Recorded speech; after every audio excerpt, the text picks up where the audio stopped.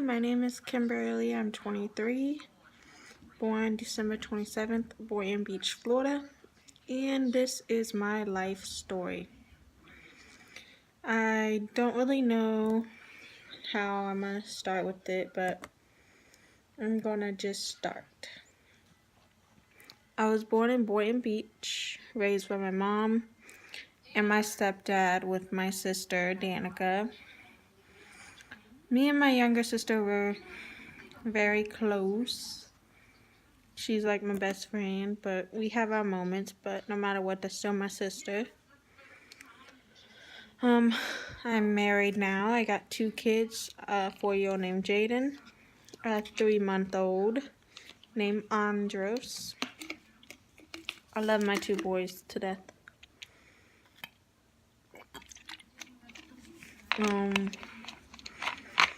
Well, about me, I went to school, was bullied a lot in school by this girl named Maria and her group of friends.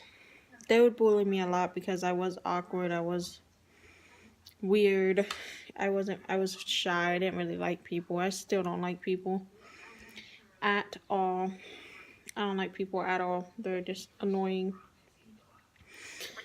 But anyways, I was raped and abused by my stepdad, and that really like set me aside from other people because I didn't know how to tell other people, because my stepdad was like, oh, this is what men do that love you. And then it involved my stepbrother Alex when he moved in with us, which was a few years later.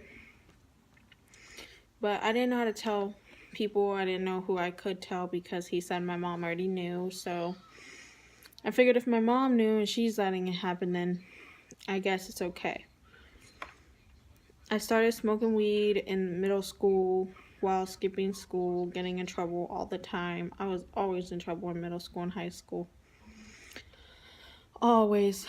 I was always fighting, skipping class, getting high, whatever. I wanted the pain to go away.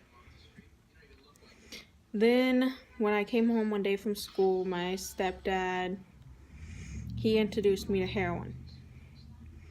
So, when I started doing heroin, that actually was my favorite drug out of all. Like, heroin, literally the pain went away. I wouldn't recommend anyone doing drugs at all because that's just, don't do it. It literally will ruin your life. Drugs will literally ruin your life. Do not do them. They ruined my life.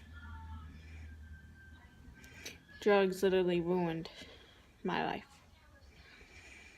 But once I started doing heroin, I went from like 150 down to 125.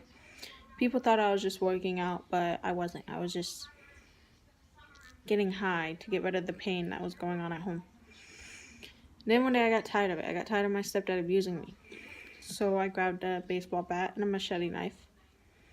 I went after him. I was going to kill him. I chased his ass down the road and was Baker-acted. When I was Baker-acted, they diagnosed me with depression, PTSD, bipolar, schizophrenia, autism, and I have a learning disability. I was like, oh, no wonder I was very awkward and slow in school. That's why. And I just didn't care. I got prescribed Xanax. I got prescribed the best drugs because I was in pain. I got prescribed Xanax. I broke my arm during that time, fighting with the cops, trying to kill my dad, and then Baker-acted me for being homicidal.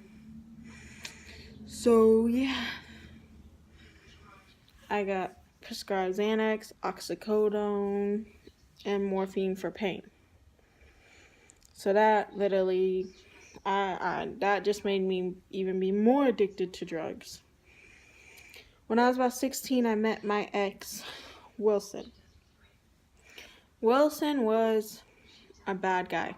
I met Tim. Tim got me into bad stuff too, but Tim just cheated on me. All I did was smoke weed with Tim. Tim was not as bad as Wilson.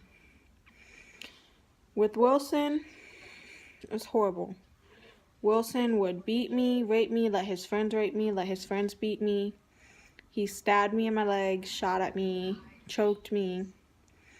I'd get the shit beat out of him with him, and I stayed with him because, again, thought it was love because my stepdad. When you get raped and abused growing up, you look for men who rape and abuse you because that's what you told love is. After being with Wilson, moving in with him, living with him in Lakeland, moving back in with my mom after leaving him for good, I got with Jonas. Jonas helped me get into prostitution.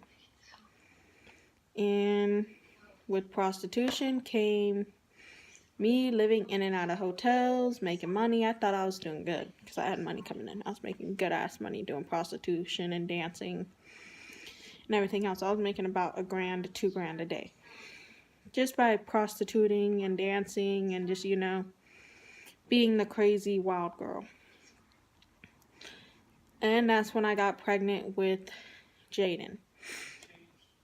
And to be honest, I didn't know who Jaden's dad was. I still don't know who Jaden's dad was until I did a DNA test and it was Jonas. Jonas is Jaden's dad. While I was pregnant with my son Jaden, I met Gerald. Yeah. Gerald, he's a whole nother story, but I thought I was in love when I met Gerald because I moved in with him. Yeah, he cheated on me, but I stayed with him. He never beat me. All he did was smoke weed. All we did was smoke weed together and do Molly every now and then. But other than that, he didn't know about the hardcore drugs I was on. But I was on him. I still did it with or without him. I still did it. I thought I was in love with Gerald. I was with Gerald for like years. Years on top of years I was with Gerald, and I was like, oh, I'm the shit because I'm with him and everything else. No one could tell me anything. Literally. While with Gerald, I had my son Jaden, got CPS involved. I passed a couple piss tests, but I couldn't stay clean with the dam, so Jaden got placed with my grandmother. And then the courts placed Jaden with his biological dad. So with Jaden be with his biological dad, I was like, you know what, screw it. I went to DACO. I did not complete DACO because I got back involved with Gerald and ended up not going to work one day with DACO and going to hang out with Gerald, and I got kicked out of DACO because I said, I'm not staying in this shit. Fuck DACO. DACO, if you're trying to get clean, don't go to DACO. They don't help at all. They're a shithole place. DACO is a shithole. It does not help. I got clean on my own. I met my husband Michael before I went into DACO. Then I went into DACO. We lost contact. And I got out of DACO. Was living with Gerald. Had an apartment in Tampa with Gerald. Started doing the same shit. Drugs, drinking, prostituting. You name it, I did it just to make sure rent was paid. Then August 28th, 2016, I contacted Mike on Facebook and said, fuck Florida. I went up to New York. People called me stupid. Everything else. People were always talking about me. People still talk about me to this day, and truthfully, I don't give a damn. That's why I'm putting my story out there so you know what I've been through.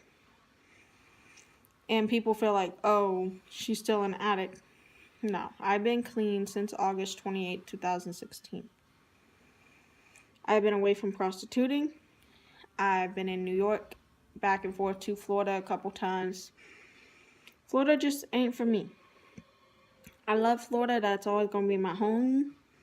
Maybe sometime in the future I could live there without getting myself in trouble, but right now, I can't live there right now. I've been with my husband Michael since 2016. We got married in 2017. Had our beautiful son August 14th, 2018. And I did a whole 360. Yes, while I was pregnant with Andrews, I was told to have an abortion because why raise one kid and not the other? But you know what? I don't believe in abortion. I will never have an abortion. I will never do that. That was my second chance at being a mother, making things right. staying clean. And I'm doing the damn thing. I've been clean since 2016. So you guys out there who are struggling with rape, struggling with abuse from exes, your family members, I've been there. I've been stabbed, shot, beat, raped by family members, non-family members.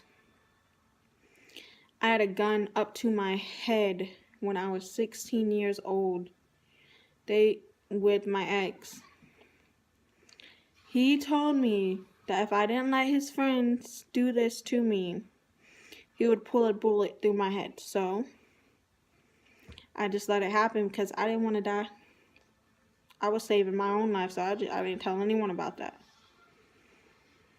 So if you feel like you cannot make it through addiction, you cannot make it through rape, you cannot make it through abuse, you can. Look at me.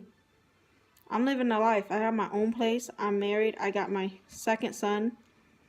Full custody. I am a mom. Don't let people tell you, oh, because you lost one kid, you can't be a mother to another. That's a lie. Circumstances could change. Your life could change. God is real. Because if God was not real, I would not be standing here today. I would not be able to tell my story. I would not have the confidence to tell my story. And I am against bullying. Yes, I have bullied people in the past, but I am against bullying because I was bullied a lot in school. A lot. So if anyone's struggling with anything, need anyone to talk to, hit me up. I'm easy to talk to. Yeah, I'm awkward, shy, and all that, but that's because I have autism. I have all these mental illnesses, but I'm working with them. And I'm getting help I need. So don't be afraid to get the help you need because it is worth it.